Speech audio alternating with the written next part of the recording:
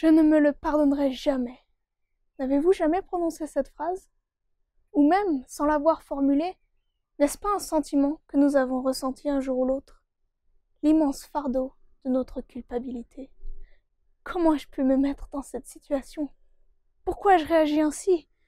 Pourquoi n'ai-je rien fait? Comment ai-je pu être aussi stupide? Et toutes ces questions nous oppressent, nous accablent, nous détruisent. Il est tellement surprenant de voir combien il est parfois plus facile d'offrir le pardon que d'apprendre à le recevoir. Dans la longue liste des personnes à pardonner, notre propre nom est parfois celui que l'on ne peut effacer. Pourtant, n'est-ce pas quelque chose que nous avons tous besoin d'entendre? Pardonner, libérer, décharger de ce poids que nous avons trop longtemps porté.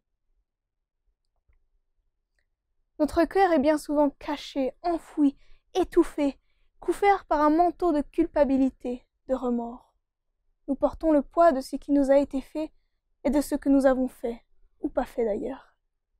Et nous essayons d'avancer dans la vie en portant ce fardeau écrasant, en nous détestant nous-mêmes. Cette colère, cette rancune contre nous-mêmes est un terrible poison qui lentement détruit notre cœur, notre paix, notre vie. Devrions-nous chercher à nous justifier, trouver des excuses ou des explications rationnelles pour nos actions? Ou existe-t-il un moyen de prendre nos responsabilités sans pour autant être écrasés par la culpabilité? Pardonner aux autres? Oui, c'est possible. Difficile, mais possible. Mais peut-on trouver le pardon pour soi-même? Dans une lettre à ses amis de Rome, Paul disait que Dieu appelle les choses qui ne sont point comme si elles étaient. Le contexte qui précède cette déclaration fracassante est surprenant. Paul explique que Dieu nous voit innocents tout en sachant que nous sommes coupables, justes, tout en sachant que nous sommes répréhensibles. Il dit même en toute lettre que dans son amour, il nous rend justes à ses yeux. Juste, moi, je ne suis pas sûre que Dieu ait bien vu. Pourtant, ce n'est ni de la fiction, ni du déni. C'est tout simplement du génie relationnel. Dieu appelle les choses qui ne sont pas comme si elles étaient, non par déni, mais parce qu'au lieu de se concentrer sur nos erreurs et sur nos manquements, il a les yeux sur le potentiel qu'il nous offre. Il nous rend justes, et c'est cette réalité future ou en devenir qu'il voit, même si elle n'existe pas encore. Sa relation avec nous n'est pas basée sur ce que nous sommes, mais sur ce que nous pouvons devenir. Et c'est d'ailleurs quelque chose que nous faisons tous constamment à un moindre niveau. Pour préserver nos relations, nous laissons notre amour compenser une multitude de défauts et de manquements, fixant nos yeux sur le potentiel plus que sur les échecs.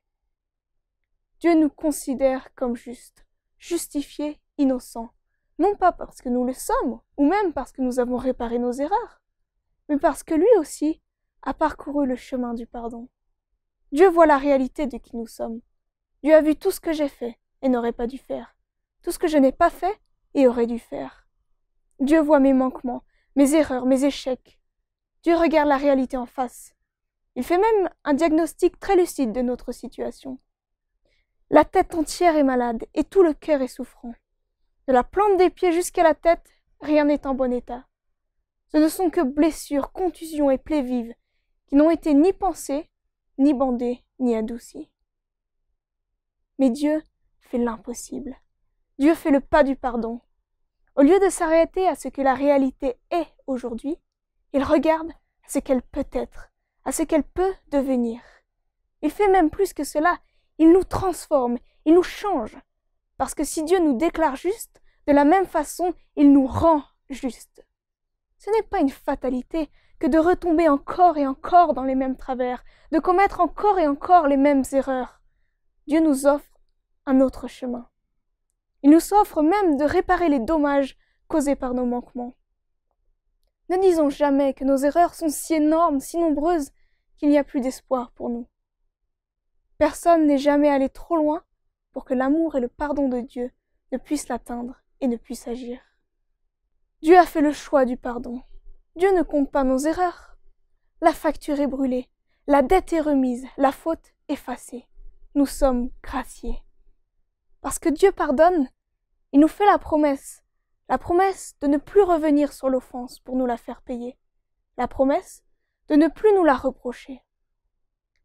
Un peu plus loin dans la lettre, Paul ajoute « Ainsi vous-même, regardez-vous comme morts à vos erreurs et comme vivants pour Dieu en Jésus-Christ. » Là est la solution. En d'autres termes, Paul nous dit qu'il est temps de changer de perspective pour apprendre à nous voir comme Dieu nous voit. Dieu nous dit « Pour ma part, tu es innocent, tu es juste. Je ne base pas ma relation sur tes échecs et tes manquements.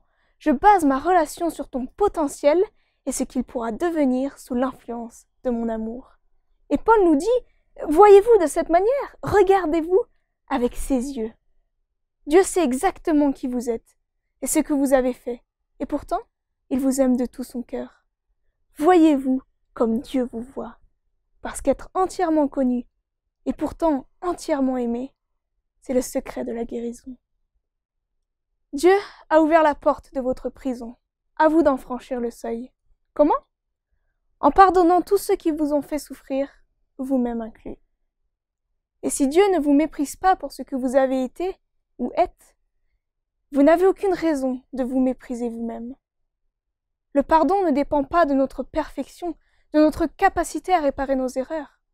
Vous n'avez pas à essayer de mériter votre liberté.